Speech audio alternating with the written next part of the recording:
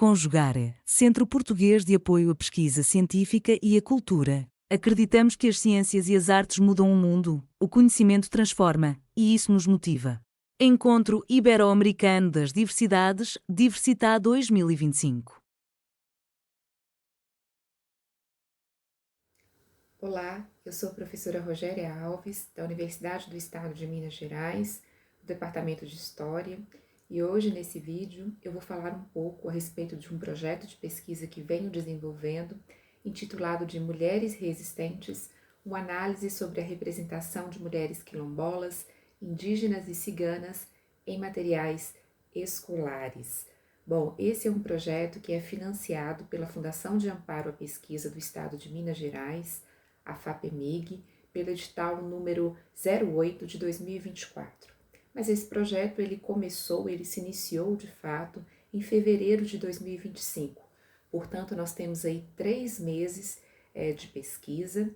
Essa pesquisa conta com uma bolsista e com 2 estudantes voluntários, todos eles estudantes da pedagogia, que trabalham aí para concretizar os objetivos aqui propostos. Bom, nesses 3 meses de pesquisa, nós revisitamos o referencial teórico que foi colocado, posto por essa pesquisa, e também iniciamos a coleta dos materiais que serão analisados.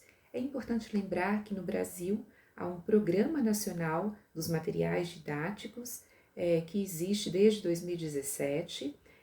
Na verdade, esse programa ele é anterior, mas ele previa somente a distribuição para a educação básica, pública e gratuita no Brasil de livros e manuais didáticos, né?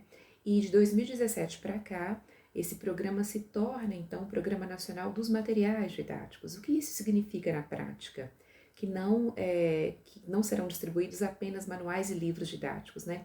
Mas uma série de materiais aí, como obras literárias, pedagógicas, softwares, alguns programas e jogos que podem também dar aporte, servir como aporte pedagógico aí dentro da proposta de ensino. É importante também lembrar que todos esses materiais, eles passam por um crivo, por uma série de questões e quesitos antes de chegarem às escolas, que são aí veiculados e também fiscalizados pelo próprio Ministério da Educação. Bom, há um chamamento público para que as editoras interessadas em ter esses materiais aí dentro desse Programa Nacional dos Materiais Didáticos possam submeter as obras. Essas obras são analisadas por uma série de questões, inclusive questões que passam como a questão da representatividade, se elas estão em acordo com essa vasta representatividade cultural, social brasileira. Verificam-se questões como gênero, a proibição da veiculação de propagandas nos materiais didáticos, entre uma outra série de questões. Então, esses materiais são pré-selecionados pelo próprio Ministério da Educação, depois é formado uma espécie de catálogo, com os materiais que estão dentro desses critérios, e esse catálogo então vai para as escolas, para que as escolas façam suas escolhas, são escolhas que acontecem de forma alternada, a depender do ciclo ali da educação básica para o qual estamos olhando. Então, há determinados anos que a escolha está voltada para os anos iniciais do ensino fundamental, em outro período para os anos finais e assim por diante. Bom, isso posto, é interessante então a gente pensar que estamos lidando com materiais que são aí distribuídos pelo Ministério da Educação, lembrando que isso vale para a educação básica da rede pública e gratuita brasileira. As escolas particulares não se enquadram dentro dessa distribuição, e nós decidimos então fazer uma análise desses materiais a partir de algumas premissas, Então a primeira delas foi a questão de gênero, a questão das mulheres, isso devido a uma lei atualíssima de 2024, que é a lei número 14.986, na qual se torna obrigatória a inclusão de abordagens fundamentadas nas experiências e perspectivas femininas nos conteúdos curriculares.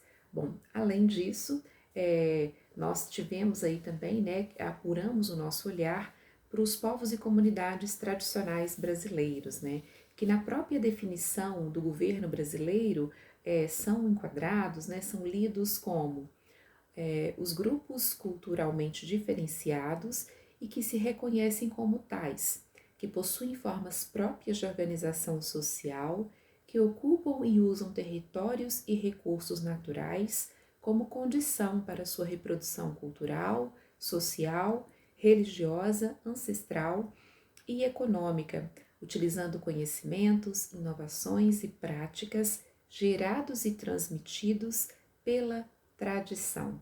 Então, neste sentido, né, no Brasil há atualmente 28 tipos de povos e comunidades tradicionais, entre estes, né, os quilombolas, os indígenas e também a comunidade cigana.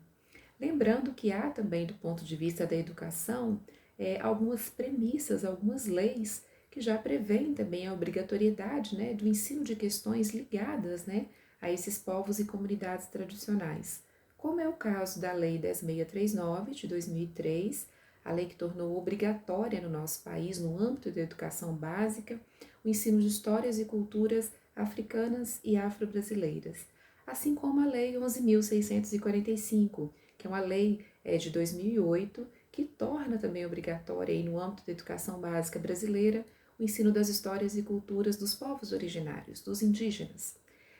Portanto, há uma série de embasamentos aí, né, do ponto de vista do campo educacional, que já prevêem que essas questões, né, que estamos analisando aqui nessa proposta estejam aí contempladas, seja no currículo obrigatório da educação básica no Brasil, né, seja nos materiais que fazem esse aporte, esse apoio à educação brasileira. A nossa ideia, então, é fazer essa investigação nos materiais que foram publicados, né, e selecionados pelo Ministério da Educação no nosso país nos últimos 5 anos, portanto, são materiais, né, bastante atuais nesse sentido. Como os objetivos, né, como objetivos dessa proposta, nós temos aí como objetivo geral analisar esses materiais que estão, né, produzidos e também em circulação no nosso país, através do Programa Nacional do Livro Didático, de forma a relacioná-los com a realidade social, histórica, no tocante ao papel e representação das mulheres, dos povos e comunidades tradicionais em questão. Como objetivos específicos, nós delineamos da seguinte forma: promover a análise qualitativa das imagens e textos e da estética de uma forma geral, presente nesses materiais, no tocante à representação destas mulheres, refletir sobre a construção de uma proposta educacional que seja atual, mas também preocupada com essa educação transformadora de gênero, uma preocupação que não é só brasileira, mas também de organismos internacionais, a valorização e a cultural, né, e social dos povos e comunidades tradicionais também postas, né, nesse sentido, e também, né, uma perspectiva aí de trazer uma análise que tente identificar nesses materiais como anda a perspectiva, né, a perspectiva teórica da chamada decolonialidade do saber. É uma perspectiva muito em voga na academia brasileira nos últimos anos. Bom, posto isso, a nossa metodologia ela vai aí se estruturar basicamente em 3 passos, uma metodologia que é qualitativa, mas o primeiro passo é o levantamento destes materiais, que já está sendo feito, já está em andamento. Nós já conseguimos aí verificar por meio da busca ativa nas escolas e também em sites das editoras, né, que tiveram seus materiais aprovados nos últimos editais aí do Programa Nacional dos Materiais Didáticos. Nós já levantamos cerca de 25 materiais. Uma breve análise já foi feita sobre essas imagens, alguns textos. Esse é o segundo passo da pesquisa, né? Depois de levantados os materiais, iniciar essa análise pela imagem, pela estética, pelos textos, na busca especialmente, né, das questões que aqui colocamos.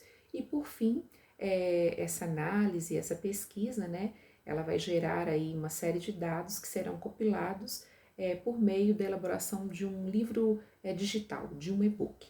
a ser publicado, então, ao final dessa pesquisa. Bom, na busca prévia, né, que nós já realizamos desses 25 materiais, nós nos deparamos com poucas representações que fazem referência às mulheres, né, aqui investigadas, mas enfim, nós esperamos que numa outra oportunidade possamos trazer de fato todos os resultados, né, que estamos buscando com essa pesquisa.